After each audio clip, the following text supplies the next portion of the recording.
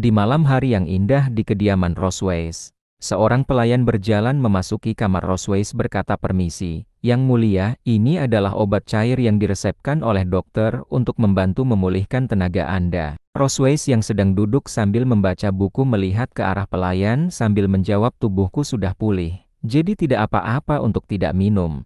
Ketika pelayan menaruh obat di atas meja, pelayan kaget melihat tembok yang rusak parah lalu bertanya, "Yang Mulia, apa yang terjadi?" Rosweiss kemudian menjawab, "Aku tidak mengendalikan kekuatanku dengan baik tadi, aku akan meminta seseorang untuk memperbaikinya besok."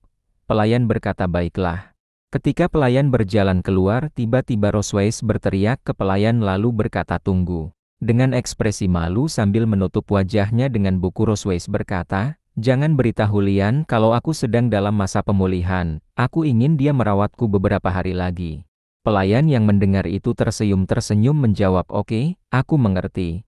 Rosweiss dengan ekspresi dan senyum liciknya berkata di pikirannya, Lian, hari-hari indahmu sudah berakhir." 2 hari kemudian di halaman istana, Lian dan putrinya sedang bermain, tiba-tiba Muen bertanya ke Lian, Ayah, Muen ingin mempelajarinya, yang membuat tubuh ayah berkilau." Lian dengan ekspresi bingung sambil memegang dagunya berkata, "Berkilau, apakah itu sihir?" Muen menjawab, "Itu yang ayah dan ibu lakukan di tempat latihan." Lian melihat Muen lalu bertanya, "Muen, kenapa kau tiba-tiba ingin belajar sihir?" Muen menjawab, "Kakakku sudah belajar banyak di akademi, dan Muen tidak mau ketinggalan." Lian melihat ke arah Muen sambil berkata, "Jadi kamu ingin belajar sesuatu?" Lian kemudian memegang dagunya dan di pikirannya berkata, keuntungan punya 2 anak di rumah adalah akan ada persaingan di antara mereka. Dia sangat menyukai kakaknya, tentu saja dia tidak ingin menjauh darinya. Lian dengan semangat berkata, "Oke, ayah pasti akan mengajarimu sihir. Mari kita mulai dengan bimbingan sihir yang sederhana." Setelah beberapa saat Lian yang melihat Muen belajar sihir berkata dalam pikirannya, hanya dalam beberapa jam, Muen berhasil mengarahkan kekuatan sihir dalam tubuhnya, mungkin dia akan segera dapat menerima pencerahan sihir dan membangkitkan kekuatan sihir aslinya.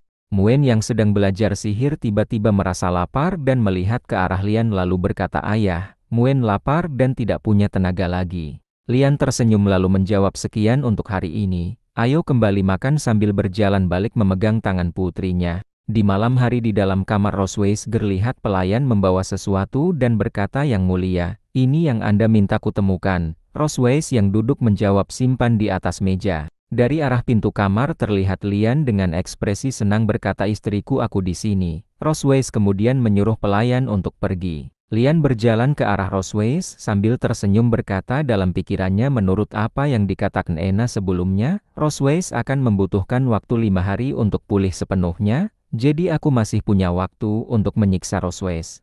Lian mengangkat kedua tangannya dan melihat ke arah Rosweiss lalu berkata, "Kalau kau merasa tidak nyaman di suatu tempat hari ini, aku bisa memijatmu." Mark 3, Summer.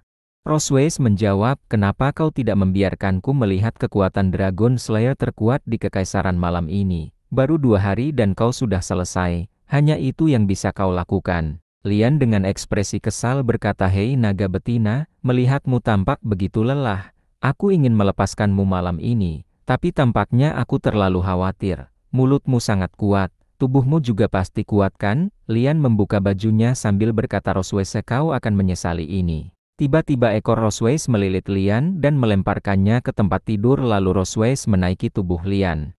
Lian kemudian bertanya, "Rosweiss, kau sudah pulih?" Rosweiss mengangkat tangannya dan dengan senyum licik menjawab, "Para tawanan harus diam, Dragon Slayerku."